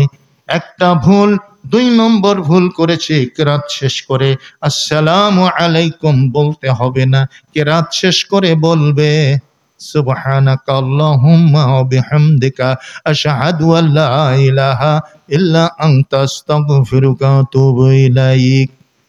আপনারা হয়তো মনে করবেন কিরাত শেষ করে তো এটা বলতে হয় না, সাদাকাল্লাহুল আযীম এটাই বলতে হয়। জি না, সাদাকাল্লাহ বলা চলবে না, আসসালামু আলাইকুমও বলা চলবে না, সুবহানাকা বলতে হবে। সিস্টেমে চলে আসতে হবে। কার সিস্টেমে? রাসূলের সিস্টেমে, সুন্নাতি সিস্টেম। এত সুন্দরভাবে গজল বলছে, আমারও শুনতে ইচ্ছা করছে। বিদায় বেলায় মোরে দিও গো দেখা, হে প্রিয় রাসূল তব দিদারে হব ধন্য, তখন আমি শূন্য দেহ যখন লোটাবে ধোলাই বিদায় বেলা। ওরে মধুর কণ্ঠে গাচ্ছে, এভাবে করে বন্ধ করে দিলাম। আর চাঁপাই নবাবগঞ্জের মানুষ তো সব আমার দিকে চেয়ে আছে বক্র দৃষ্টিতে। আমি উঠেই হামদ ছানা পড়ে বললাম, আপনাদের সকলের মনে হয় জিজ্ঞাসা কেন এই সুন্দর কণ্ঠের গজলটা বন্ধ করে দিলাম? অমনি বলে উঠলো সবাই, আজি হুজুর ঠিকই কইছেন জি, ঠিক বলেছেন হুজুর, কেন বন্ধ করলেন? আমি বললাম, বলুন বিদায়ের বেলায় কি রাসূল সাল্লাল্লাহু আলাইহি সাল্লাম দেখা দিতে পারবেন? এখন আর কথা কয় না। বললাম পারবেন? আপনারা কি মনে করবেন পারবে? কেন? রাসূল যে বড় রাসূল না, সবচেয়ে বড় নবী না, বিদায়ের বেলায় দেখা দিতে পারবে না? কারণ এ পাওয়ার আল্লাহ মানুষকে দেননি। এ পাওয়ার একমাত্র আল্লাহ তার নিজস্ব পাওয়ারের ভিতরে অধিভুক্ত করে রেখেছেন। এ পাওয়ার যদি মানুষকে দেন, শিরিক করা হবে। আল্লাহর গুণ অন্যের মধ্যে আছে, এটা মেনে নেওয়া হবে। তো আমি বললাম আচ্ছা ঠিক আছে, মনে করেন পারবেন, ধরে নেওয়া হলো। তা এট এ টাইম রাত 12টা বাজে মনে করেন বিদায় নিচ্ছে সৌদি আরবের একজন, পাকিস্তানের একজন, ভারতের একজন, বাংলাদেশের একজন, বার্মার একজন, থাইল্যান্ডের একজন, জাপানের একজন। নবীজি কয়জনের সামনে যাবেন? একই নবী এট এ টাইমে এই যে 10 দেশের 10 জন বিদায় নিচ্ছে, 10 জায়গায় কি যেতে পারবেন? পারবেন? নবী পারবেন? তো পীর সাহেবরা পারবে কেন? দুই কুলের সুলতান ভান্ডারী, দুই কুলের সুলতান। কারা বলে? কারা বলে? মাইজ ভান্ডারীরা বলে। দুই কুলের সুলতান ভান্ডারী, দুই কুলের সুলতান। বাবা ক্ষণেক থাকে জমিনেতে, ক্ষণেক থাকে আসমানেতে। এক পলকে সায়ের করে, এক পলকে সায়ের করে সারাটি জাহান। দুই কুলের সুলতান ভান্ডারী, দুই কুলের সুলতান। জোরে কন, আরো জোরে। সুলতান মানে কি? বাদশাহ। দুই কুলের বাদশাহ মানে কি? ইহকাল আর পরকালের বাদশাকে মাইজ ভান্ডারী, ভান্ডারী। তো ভান্ডারী যদি পারে তাহলে নবী পারবে না কেন? পীর বড় না নবী বড়? হ্যাঁ, তো ভান্ডারী যদি পারে তাহলে নবী পারার উচিত না? তা আসলে কি ভান্ডারী পারে? পারবে? কত হাতি ঘোড়া গেল তল, মশা বলে কত জল। কিয়ামতের মাঠে আল্লাহ পাকের সামনে কেউ টিকতে পারবে না সেদিন। আদম থেকে শুরু করে ঈসা রূহুল্লাহ পর্যন্ত প্রত্যেকটি পয়গম্বরের কাছে গিয়ে মানুষ বলবে ফাশফিলানা ইয়া আদম। আদম বলবেন লাস্তু হুনাকুম ইতু নূহ আলাইহিস সালাম। নূহ আলাইহিস সালামের কাছে মানুষ গিয়ে বলবে ফাশফিলানা ইয়া নূহ, হে নূহ একটু শাফাআত করুন আমাদের জন্য। শাফাআত কতটুকু জানেন? জাহান্নাম থেকে মুক্তির শাফাআত না, জান্নাতে যাওয়ার শাফাআত না। হিসাবটা শুরু করা হোক শুধু, তাতেই খুশি। শুরু হলে তো একদিন শেষ হবে। কিয়ামতের মাঠের কঠিন অবস্থা মানুষ বরদাস্ত করতে পারবে না। রাসূল বলছেন ইহশারুন নাসু ইয়াউমাল কিয়ামাতি হুফাতান উরাতান ওয়া গুরালান। কিয়ামতের মাঠে মানুষগুলো উঠবে নগ্ন পদে, খালি পায়ে, বিবস্ত্র অবস্থায়, বিধ্বস্ত অবস্থায়। মানুষ পঙ্গপালের মতো শুধু নফসি নফসি করতে থাকবে। আয়েশা রাদিয়াল্লাহু তাআলা আনহা কেঁপে উঠে বললেন, ইয়া রাসূলুল্লাহ আর রিজালু ওয়ান নিসাউ জামিআন ইয়ানজুরু বা'যুহুম ইলা বা'জিন। হে আল্লাহর নবী, নারী আর পুরুষ কি একই সাথে উঠবে? নারীরা পুরুষদের দিকে, পুরুষরা নারীদের দিকে তাকাবে। এত বড় লজ্জা আমরা কোথায় রাখবো? আমরা তো বিবস্ত্র থাকবো, তাহলে পুরুষ লোকগুলো আমাদের দিকে তাকিয়ে তাকিয়ে দেখবে। এত লজ্জা আমরা নারীরা কোথায় রাখবো? রাসূল বললেন, ইয়া আয়েশা, আল আমরু আশাদ্দু মিন আইয়ানজুরা বা'যুহুম ইলা বা'জিন। আয়েশা রে, কিয়ামতের মাঠ এত কঠিন হবে, এত বিভৎস হবে, এত বিপদ সংকুল হবে, এত মুসিবতের ঘনঘটা সেদিন নেমে আসবে, কোন নারী কোন পুরুষের দিকে আর কোন পুরুষ কোন নারীর দিকে তাকানোর অবকাশ পাবে না। সকলেই নাফসি নাফসি করবে। প্রত্যেকটা নবী সেদিন নাফসি নাফসি করবে, নিজের জন্য বিচলিত হয়ে পড়বেন, নিজের জন্য বিব্রত বোধ করবেন, আল্লাহ পাকের সামনে যেতে পারবেন না। নূহ আলাইহিস সালাম বলবেন, ইতু ইব্রাহিম খলিলুল্লাহ আলাইহিস সালাম। বুখারী শরীফ জিলদে সানি কিতাবুত তাফসীরের ভিতরে বিশাল লম্বা হাদিস এসেছে। ইব্রাহিম আলাইহিস সালাম ফিরিয়ে দিবেন, যাও মুসার কাছে। মুসা আলাইহিস সালাম বলবেন, আমি পারবো না ওই জায়গায় যেতে, যাও ঈসার কাছে। ঈসা আলাইহিস সালাম বলবেন, আমি পারবো না ওই জায়গায় যেতে, যাও মুহাম্মদ সাল্লাল্লাহু আলাইহি ওয়াসাল্লামের কাছে। মানুষ মুহাম্মদ সাল্লাল্লাহু আলাইহি সাল্লামের কাছে গেলে আল্লাহর নবী বলবেন, এ দায়িত্ব আল্লাহ আমাকেই দিয়েছেন, কিন্তু আজকে আল্লাহ পাক মালিক ইয়াউমিদ্দিন, আজকে কহার অবয়াব ধারণ করে তিনি কাজিউল কুজাত হয়ে বসেছেন, চিফ জাস্টিস হয়ে বসেছেন। কেউ তার সামনে যাওয়ার ইখতিয়ার অধিকার দেখাতে পারছে না, দুঃসাহস দেখাতে পারছে না। আমি কি করে কোথা থেকে শুরু করব, কি বলবো? আমার আল্লাহর এই অবয়ব, এই রুদ্র কঠিন এই অবয়বের সামনে আমি কি বলে দাঁড়াবো? হে আমার উম্মতেরা, আমি কি করব জানো?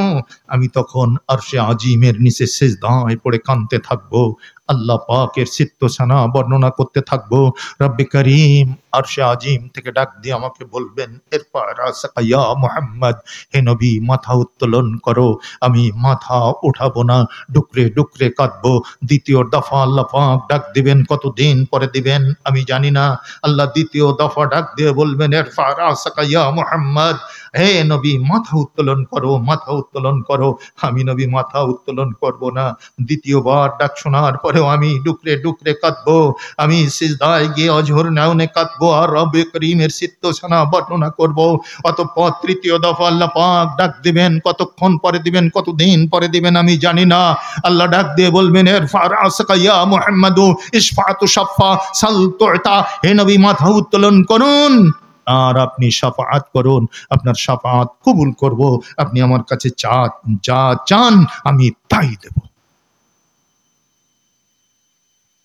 এই হলো কিয়ামতের মাঠের অবস্থা। আর আমাদের ধারণা, আমাদের আকীদা বিশ্বাস কোন পথে চলে গেল? ময়দানে শরীফ, আপনারা যারা এই মাহফিলে এসেছেন, দাদা হুজুরের মাদ্রাসায় যাবার সময় একটি করে টাকা দিয়ে যাবেন। মাদ্রাসার বাক্সে দাদা হুজুরের নামে বাক্স দেওয়া আছে, ওই বাক্সে একটি করে টাকা জমা দিয়ে যাবেন। ওই টাকাটা গোনার পরে আমি বুঝতে পারবো কত মানুষ এই মাহফিলে এসেছিল। আরে দাদা হুজুরকে তাদের শাফাতের জন্য কিয়ামতের মাঠে জাহাজ আনতে বলবো। যেই দিন কেউ টিকতে পারবে না ময়দানে মাহশরে, সেই দিন দাদা হুজুর বড় বড় জাহাজ নিয়ে এসে রাখবে, আর ওই জাহাজে তার মুরিদরা উঠলে জাহাজটা ছেড়ে দেবে, জান্নাতের কিনারায় গিয়ে জাহাজ ভিড়বে। জোরে কর, আরো জোরে। আরে কিয়ামতের মাঠ হবে তাম্র নির্মিত উত্তপ্ত ময়দান, তোমার দাদা হুজুরের জাহাজ চলবে কি করে? কত বড় পাগলামি চলছে, সব হিদায়তের নামে ব্ল্যাক মার্কেটিং চলছে। আমার সম্মানিত সুধী মণ্ডলী, মানুষকে এভাবে শিরকের ভিতরে মুবতালা করে দেওয়া হচ্ছে। আল্লাহর ধন নবীরে দিয়া আল্লাহ গেলেন খালি হইয়া, নবীর ধন খাজাই পাইয়া শুইয়া আছেন আজমিরে, কেউ ফেরে না খালি হাতে খাজারে তোর দরবারে। জোরে কন, সব শিরকের বুলি, শিরকের মন্ত্র, শিরকের তন্ত্র। আমার ভাইরা, বিশ্ব নবী কোনদিন মানুষের সামনে আসবেন না বিদায় নেওয়ার সময়, আসার কোনো প্রয়োজন নেই। আল্লাহ পাক সেই প্রয়োজন রাখেননি, নবীর আসার আর প্রয়োজন নেই, নবী আর আসবেন না। নবীর আদর্শ রেখে গেছেন হাদিস, আল্লাহর কোরআন আসা বন্ধ হয়ে গেছে, আর আসবে না। এই কোরআন হচ্ছে সর্বশেষ এবং চূড়ান্ত ভলিউম। এই কোরআন এবং হাদিসের ভিতরে সব সলিউশন আল্লাহ দিয়ে দিয়েছেন, নবী রেখে গিয়েছেন। তাতানাজ্জালু আলাইহিমুল মালাইকাতু ওয়ালা তাখাফু ওয়ালা তাহজানু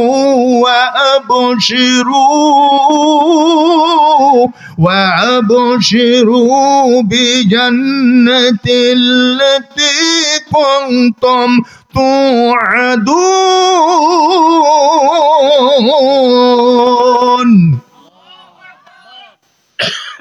যারা নেকবক্ত বান্দা বান্দি, তাদের যখন বিদায়ের সময় হবে তখন আল্লাহ পাকের পক্ষ থেকে ফেরেশতা মণ্ডলী চলে আসবে, এসে বলবে তোমাদের কোনো ভয় নেই, তোমাদের কোনো চিন্তা নেই, তোমরা আল্লাহর প্রতিশ্রুত জান্নাতে দাখিল হয়ে যাবে, সেই খোঁজ খবর গ্রহণ করো।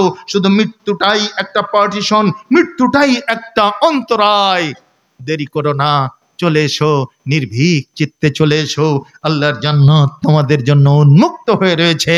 সুতরাং বিদায় বেলায় তুমি দিও গো দেখা, বিদায় বেলায় মোরে দিও গো দেখা। হে প্রিয় রসুল, যারা বলেছে তারা আল্লাহর পাওয়ারের সাথে রাসূলকে শরীক করেছে, এই শিরকি সঙ্গীত বর্জন করতে হবে। তাওহীদি চেতনা পুষ্ট সঙ্গীত নির্মাণ করতে হবে, সংস্কারের জন্য প্রয়োগ করতে হবে, এর বিকল্প নাই। সুতরাং বলছিলাম তওবা করতে হবে কিসের থেকে? শিরিক থেকে। 1 নম্বর বড় পাপ, শিরিক থেকে ব্যভিচার বড় পাপ, তওবা করতে হবে। চুরি করা বড় পাপ, তওবা করতে হবে। ডাকাতি করা বড় পাপ, তওবা করতে হবে। মানুষ খুন করা বড় পাপ, তওবা করতে হবে। বহতান, অপরকে নিন্দাবাদ করা, অপরকে বহতান তহমত দেওয়া, তহমত লাগানো, বিভিন্ন ধরনের অপকর্মের একটা তকমা লাগিয়ে দেওয়া, এটা চলবে না। তওবা করতে হবে এবং সেই ব্যক্তির কাছ থেকে ক্ষমা নিতে হবে। এভাবে জীবনের পরতে পরতে যে সমস্ত কবিরা গুনাহ হয়েছে তার থেকে তওবা করে মাপ চাইতে হবে রমজানে। জি, রমজান আসতেছে কিন্তু আপনাকে আমাকে রেকটিফাইড করার জন্য, সুতরাং ভুলে গেলে চলবে না। রমজান আপনাকে আমাকে মুক্তি দিতে আসে, রেকটিফাইড বানাতে আসে।